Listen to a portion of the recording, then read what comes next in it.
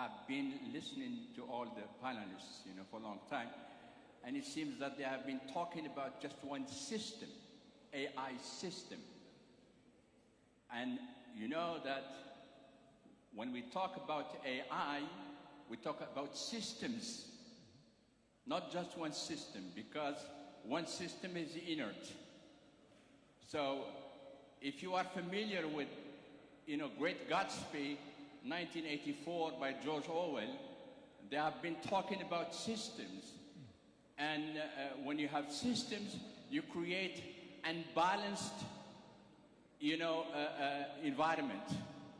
And also, these systems, produce outputs that may have, some effects and discriminatory effects.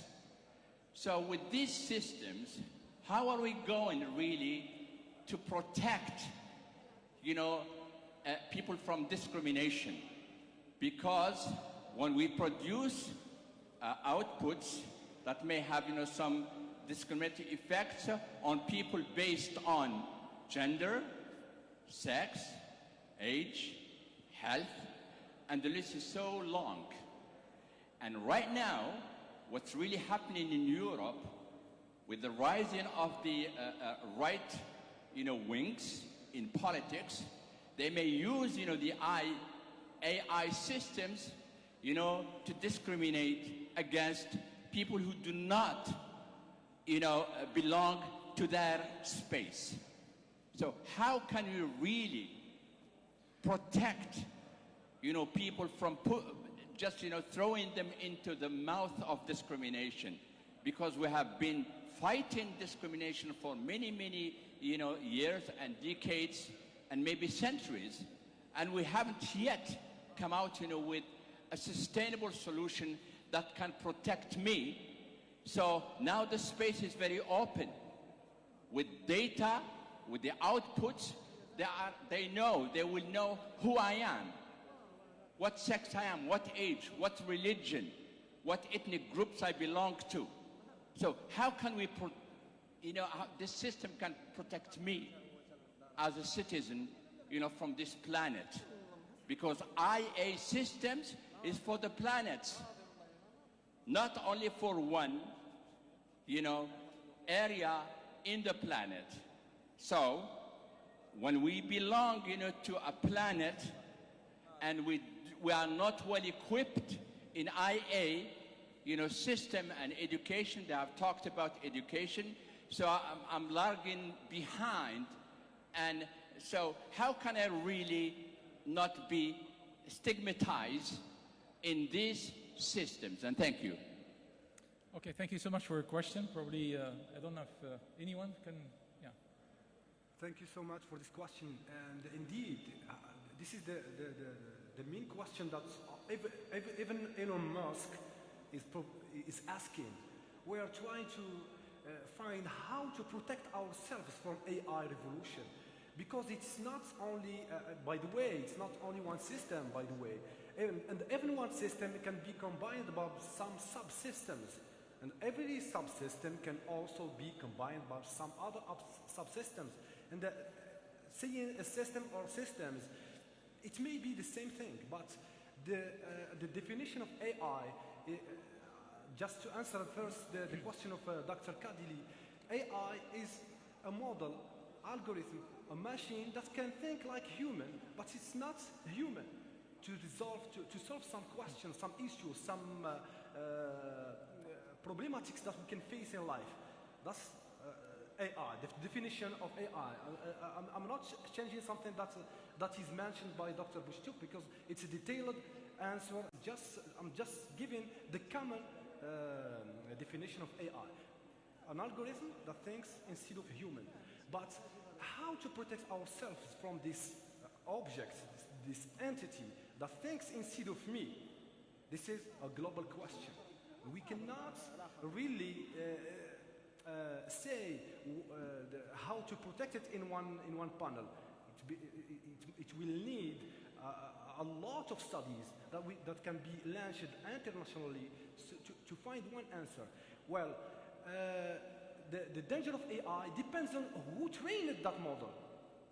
Because if you ask, for example, ChatGPT a question, it will give you an answer that is not in contradiction with the conviction of the person who trained this model to answer you.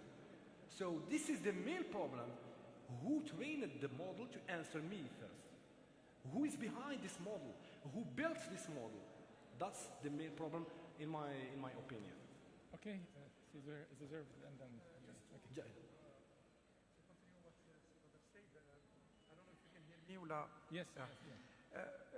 The problem with, again, AI is a technology.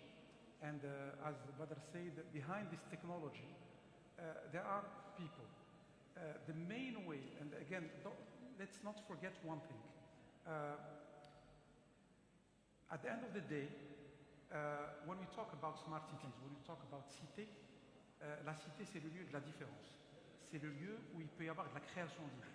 Donc what's really meaningful is to put humanists at the center of AI design and to have the design of AI system which is by design fair, responsible, and ethical. And the only way to do this is, as I say, to have humanists at the center. And by the way, there is some initiatives by some old OpenAI employees to work on secure and fair systems. Because at the end of the day, if you ask now ChatGPT, do Palestinians have the right to defend themselves? It will answer, it's complicated. You can ask the question for any other nationality, it will say, yes, they have the right.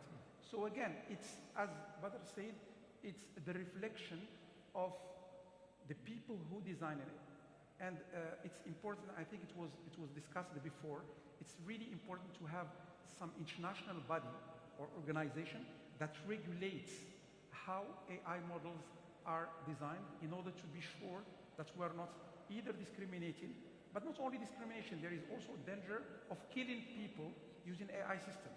There is a danger of influencing people choice based on AI system, and we saw this in some elections in some international countries. But we need just to not forget one last thing, is that AI have the thinking of a human, but don't have the conscience and the choice. And the conscience and the choice will still be at the hand of a human being and needs to be defined based on a human at the center of this design. Okay. Probably very quickly if you can, yeah. Yes. Oui, c'est bon. Donc pour la question de la protection, la réponse, premièrement, c'est très difficile. Mais si on veut y arriver, il faudrait qu'on fasse comme la Chine. Il y a les GAFAM, la Chine, ils ont fait les BATX. Est-ce qu'on peut le faire? Très très difficile. Il faut énormément. D'ailleurs, c'est une réflexion que la Chine a fait il y a très longtemps, d'accord, et elle s'y est préparée. Et donc c'est un investissement. Donc il faudrait trouver un espace, je sais pas, pays arabes par exemple, ou au niveau pays musulmans, etc. Bon. Donc par contre, maintenant, qu'est-ce qu'il faudrait qu'on fasse si on veut faire? Parce que, alors, la première des choses, c'est que pour moi, il ne faut pas interdire. Comme souvent, quand il y a eu ChatGPT, beaucoup d'universités, ils ont dit on va interdire. Ça, c'est. Non, on ne peut pas, parce qu'on ne peut pas interdire. Par contre, il faudrait, pour les étudiants, pour tous les utilisateurs, etc., il faut les enseigner ce qu'on appelle l'ingénierie du prompt. C'est très, très, très important. L'ingénierie du prompt, c'est-à-dire comment utiliser cette IA générative, etc. Comment en profiter. Et je pense, le grand danger, puisque tout le monde parle, parce que quand on parle de l'IA, on parle automatiquement de l'IA générative, le grand danger, et il faudrait, bon, je n'ai pas la solution, mais c'est la standardisation de la pensée. C'est-à-dire que, par exemple, avant ChatGPT, quand tu demandais à quelqu'un, tu lui dis par exemple, tu lui dis une affirmation, automatiquement, il va chercher dans Wikipédia. Mais est-ce que Wikipédia, tout ce qu'il y a dans Wikipédia est vrai? Non.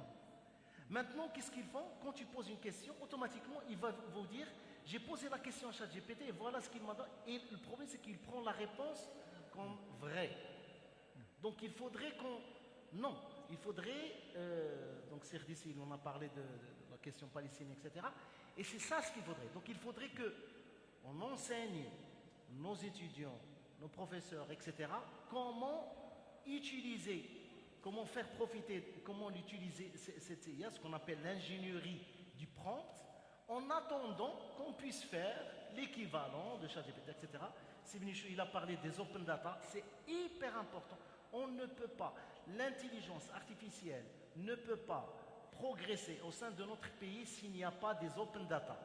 Et les open data, il faudrait que les gouvernements, les ministères, etc., puissent proposer ces open data pour les laboratoires de recherche, etc. Parce que nous, par exemple, dans les thèses, etc., eh ben, quand on arrive à la donnée, eh ben, qu'est-ce qu'on fait? Là, on va chercher sur les universités, ailleurs, etc. Non, il faudrait qu'on puisse faire ça. Voilà. Merci. Quick comment from Dr. Kadili, and I'll give you the... Okay.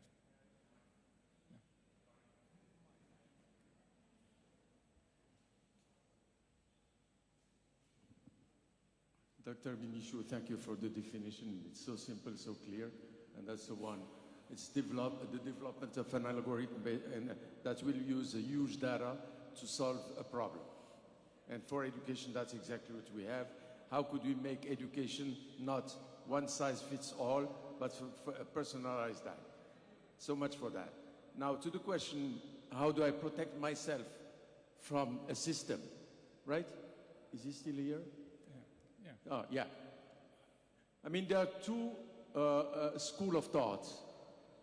The Latin one, the European one, which would like to enact legislation, des lois, et encore des lois, et encore des lois. But how many legislation could we enact to protect ourselves? And there is the Anglo-Saxon school of thought based on tort law. You cause damage, you have to pay for it. If you cause a damage, you have to pay for it. Okay? Now, one other way to protect ourselves, if I may, very quick, is to be careful how we deal with those systems. What kind of information we provide. And education is key for that.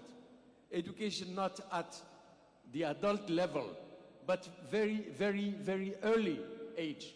We need to educate our people, our youngsters, our kids, on how to use whatever systems they have, how to use a phone, what kind of information they provide to the phone. Because whatever you put on the internet stays there.